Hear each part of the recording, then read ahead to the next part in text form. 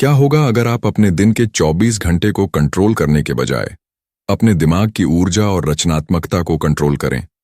कल्पना कीजिए कि आप अपने काम को इस तरह कर सकें जैसे समय की कोई सीमा ही ना हो, और आप सबसे ज्यादा उत्पादक तब हों जब आपका दिमाग सबसे अधिक सक्रिय हो। कहानी का मुख्य पात्र एक ऐसा व्यक्ति है जो हर दिन की टू डू लिस्ट में उलझा रहता है। समय की कमी, काम का प्रेशर और रचनात्मकता की कमी उसे थका देती है, लेकिन फिर वह मन प्रबंधन की शक्ति को खोजता है। कैसे दिमाग के अलग अलग मूड्स, ऊर्जा स्तरों और प्रेरणा की लहरों को समझकर वह अपने कार्यों को ज्यादा प्रभावशाली बना सकता है। वह सीखता है कि सुबह का समय उसकी रचनात्मकता के लिए सबसे अच्छा है। वह तब लेखन करता है। दोपहर को जब ऊर्जा कम होती है, वह सरल कार्य करता है। वह अपने मन को फ्लो स्टेट में लाना सीखता है, जिससे समय का बंधन खत्म हो जाता है। वह महसूस करता है कि समय नहीं, ध्यान और ऊर्जा का प्रवाह ही असली संपत्ति है। क्या आप भी उस व्यक्ति की तरह अपने दिमाग को समझकर समय की गुलामी से मुक्त होना चाहेंगे? समय की दौड़। आरव रोज सुबह जल्दी उठता था। घड़ी की टिक टिक उसके कानों में गूंजती रहती। एक हाथ में टू डू लिस्ट और दूसरे में कॉफी का कप लिए वह अपने दिन की शुरुआत करता। ऑफिस जाने से पहले उसे कई ईमेल्स भेजने होते, एक ब्लॉग पोस्ट लिखनी होती और जिम भी जाना होता। लेकिन हर दिन कुछ न कुछ छूट ही जाता। 24 घंटे सबके पास होते हैं, पर मैं ही क्यों इतना पीछे रह जाता हूं? आरव अक्सर सोचता।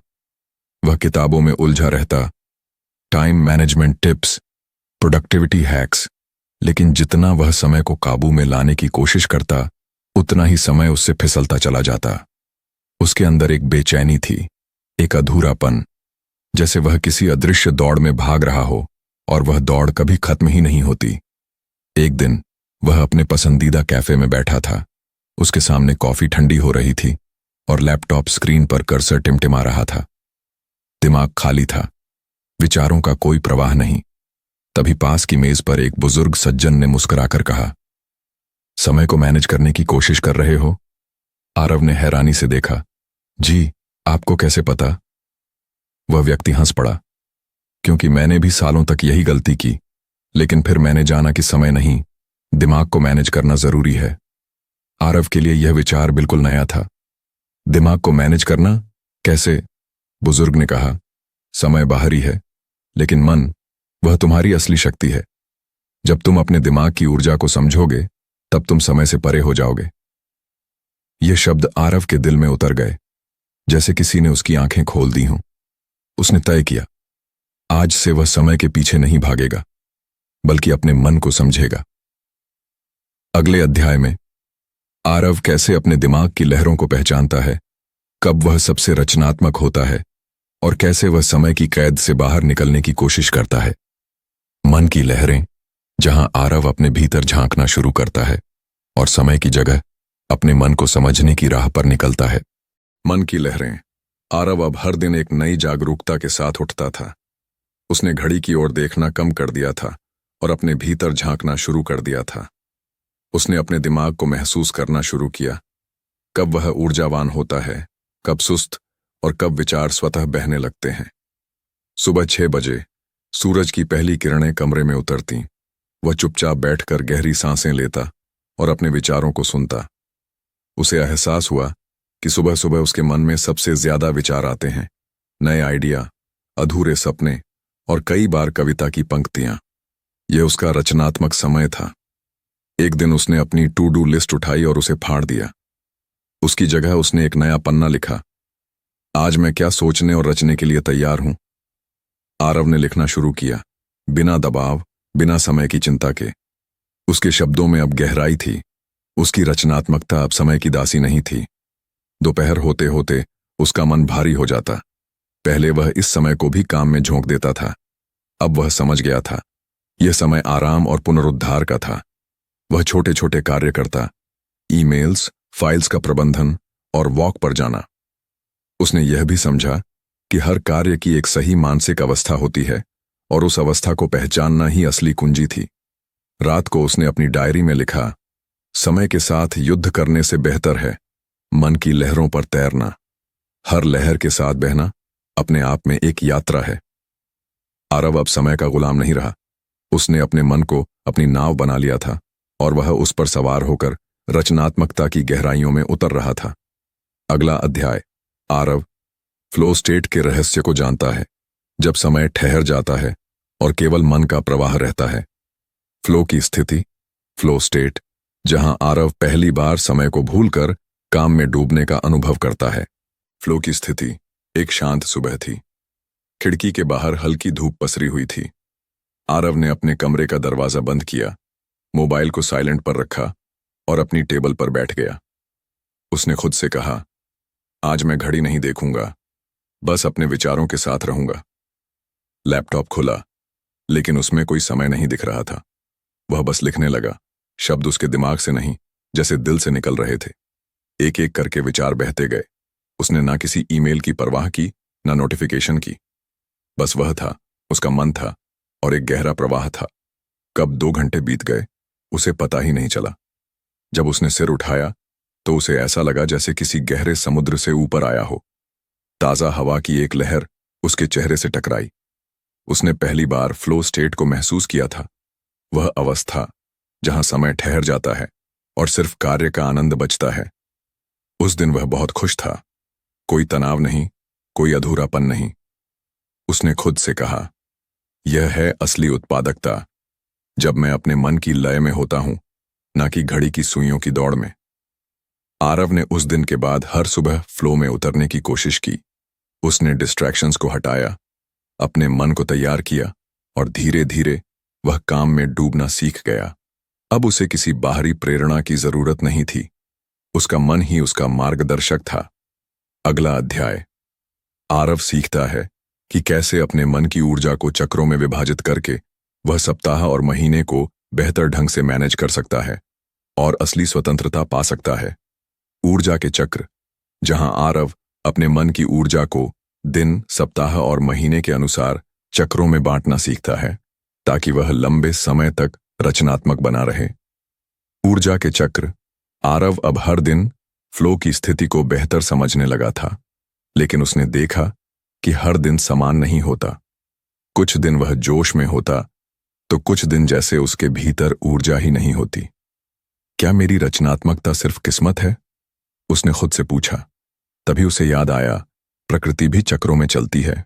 सूरज उगता है, ढलता है, मौसम बदलते हैं, चंद्रमा के चरण होते हैं। तो क्या इंसान का मन भी किसी ऊर्जा चक्र का पालन करता है? उसने खुद पर एक प्रयोग किया। उसने 1 महीना अपने मन की ऊर्जा को ट्रैक किया। कब वह प्रेरित महसूस करता है, कब सुस्त, कब रचनात्मक और कब थका हुआ। धीरे धीरे उसे पैटर्न दिखने लगे। सप्ताह की शुरुआत में उसका उत्साह चरम पर होता। वह नए प्रोजेक्ट शुरू करता।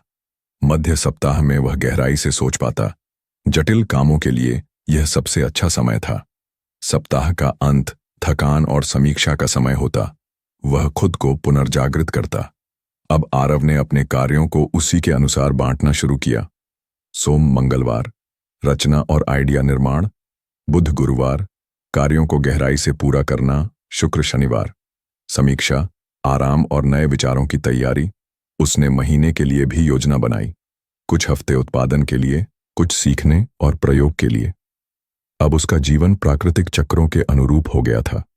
वह समय को नहीं, ऊर्जा को मैनेज कर रहा था और इससे उसका काम ज्यादा प्रभावी और तनाव मुक्त हो गया। जब तुम अपनी ऊर्जा के साथ काम करते हो, समय अपने आप साथ चलता है, आरव ने अपनी डायरी में लिखा। अगला अध्याय। आरव सीखता है कि प्रेरणा का इंतजार नहीं करना चाहिए, बल्कि उत्पादन की आदत बनानी चाहिए, जिससे मन स्वयं प्रेरणा को आमंत्रित करता है। प्रेरणा का भ्रम। जहां आरव समझता है कि प्रेरणा का इंतजार करना एक भ्रम है और सच्ची रचनात्मकता तब आती है जब हम नियमित अभ्यास करते हैं। प्रेरणा का भ्रम। आरव ने अब तक अपने मन की लहरों और ऊर्जा के चक्रों को पहचानना सीख लिया था। वह जान गया था कि समय को नहीं, मन को प्रबंधित करना ही असली कला है। लेकिन एक दिन कुछ अजीब हुआ। सुबह थी और वह अपनी लेखनी लेकर बैठा, लेकिन आज उसके मन में कोई विचार नहीं आ रहे थे। वह स्क्रीन को घूरता रहा। 10 मिनट, फिर 30 मिनट, कोई प्रेरणा नहीं। उसने खुद से कहा, शायद आज मेरा दिन नहीं है। वह उठने ही वाला था कि उसे बुजुर्ग की बात याद आई जो उसने महीनों पहले कही थी।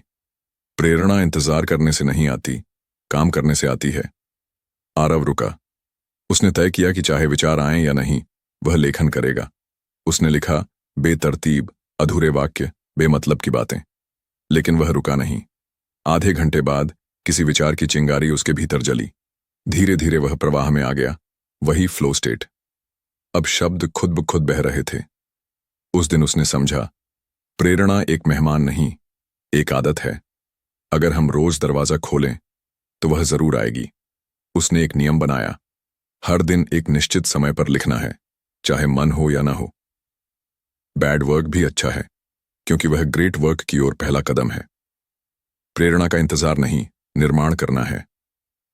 अब आरव का दिन प्रेरणा पर निर्भर नहीं था, बल्कि कर्म पर आधारित था। और धीरे धीरे उसका काम गहराई, स्पष्टता और निरंतरता से भरने लगा। प्रेरणा नहीं, नियमितता मेरी सबसे बड़ी शक्ति है, उसने अपनी डायरी में लिखा। अगला अध्याय। आरव जीवन में प्राथमिकता को समझता है, कैसे एक काम को चुनना और बाकी को छोड़ना ही सच्चा मानसिक प्रबंधन है। प्राथमिकता का मंत्र, जहां आरव समझता है कि हर काम जरूरी नहीं होता और सच्ची प्रगति तभी होती है जब हम एक काम को चुनते हैं और बाकी को छोड़ना सीखते हैं। प्राथमिकता का मंत्र।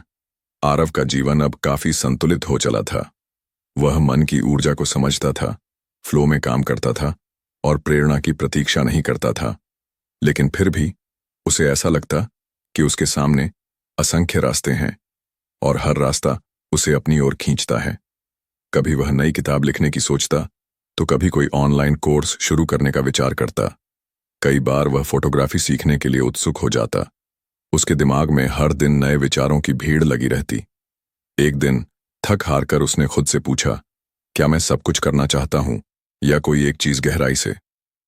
उसी शाम वह एक शांत पार्क में टहल रहा था। सामने एक बच्चा पतंग उड़ा रहा था। पतंग ऊंची जा रही थी, लेकिन जैसे ही डोरी कई दिशाओं में फिसली, पतंग असंतुलित होकर गिर पड़ी। आरव रुक गया, जैसे उसे कोई उत्तर मिल गया हो। एक ही दिशा में ध्यान केंद्रित करो, तभी ऊंचाई पाओगे। उस रात उसने अपनी नोटबुक खोली और एक सवाल लिखा, अगर मैं केवल एक काम ही कर सकता तो वह क्या होता? उत्तर आया, लेखन। उसने तय किया, बाकी सारे कार्य जो उसे भटकाते हैं, उनसे इनकार करना होगा। हर हां के पीछे कई ना छिपे होते हैं। अब उसने अपने दिन का सबसे अच्छा समय, अपनी ऊर्जा का सबसे ऊर्जावान भाग सिर्फ लेखन को समर्पित कर दिया। बाकी कार्य या तो हटा दिए या दूसरों को सौंप दिए। धीरे धीरे उसका लेखन गहरा होने लगा। उसके शब्दों में अब स्पष्टता और फोकस था, क्योंकि उसका मन बांटा हुआ नहीं था। सफलता कई काम करने में नहीं, एक काम में पूर्णता पाने में है, उसने महसूस किया। अगला अध्याय। आरव सीखता है कि मन प्रबंधन का अंतिम रहस्य है आराम और मौन। जब हम कुछ नहीं करते, तब भी मन हमारी ओर काम करता है। मौन की शक्ति, जहां आरव समझता है कि आराम और शांति केवल आलस्य नहीं, बल्कि मन की पुनर्नवा शक्ति का स्रोत है। मौन की शक्ति। अब आरव का जीवन पहले से कहीं अधिक स्पष्ट और केंद्रित था। वह जान चुका था कि फोकस, नियमितता और ऊर्जा के चक्रों को समझकर ही असली उत्पादकता संभव है। लेकिन एक सवाल अब भी उसे परेशान करता था, क्या मुझे हर समय कुछ करना चाहिए? अगर वह खाली बैठता तो एक अपराध बोध उसे घेर लेता। समय बर्बाद हो रहा है, कुछ कर। लेकिन फिर उसने देखा, जब वह लंबी वॉक पर जाता, पेड़ों को निहारता या चुपचाप बैठकर चाय पीता, विचार अपने आप आते। कुछ गहरे आइडिया जो काम करते समय नहीं आते थे, मौन में जन्म लेते थे। उसे एहसास हुआ कि मन हर समय काम कर रहा है, लेकिन वह तभी फलता फूलता है जब उसे स्थान और शांति मिले। अब उसने अपने दिन में जानबूझकर मौन के क्षण बनाए। सुबह 10 मिनट बिना मोबाइल, बिना किताब, केवल शांति। दोपहर को 20 मिनट का विराम, सिर्फ सोचने और महसूस करने के लिए।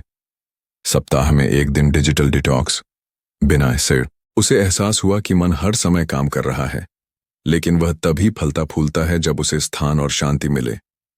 अब उसने अपने दिन में जानबूझकर मौन के क्षण बनाए। सुबह 10 मिनट बिना मोबाइल, बिना किताब, केवल शांति। दोपहर को 20 मिनट का विराम, सिर्फ सोचने और महसूस करने के लिए। सप्ताह में एक दिन डिजिटल डिटॉक्स, बिना स्क्रीन, सिर्फ प्रकृति के साथ। धीरे धीरे आरव ने पाया कि उसकी रचनात्मकता गहरी हो गई है, उसका तनाव घट गया है और उसके विचार अधिक परिपक्व हो रहे हैं। मौन में मन बोलता है, शांति में विचार परिपक्व होते हैं। अब उसे समझ आ गया था, आराम, मौन और शांति कोई बाधा नहीं, बल्कि मन प्रबंधन का अंतिम रहस्य है। उसी दिन रात को वह आसमान की ओर देख रहा था। तारे चमक रहे थे और वह भी भीतर से चमक रहा था, क्योंकि उसने समय को नहीं, अपने मन को जीत लिया था। अंतिम शब्द। आरव की यात्रा हमें सिखाती है कि समय नहीं, मन ही हमारा सबसे बड़ा संसाधन है। जब हम अपने मन को समझते हैं, उसे प्रेम से संभालते हैं, तो सफलता केवल लक्ष्य नहीं, एक यात्रा बन जाती है, आनंदमयी, शांत और सार्थक।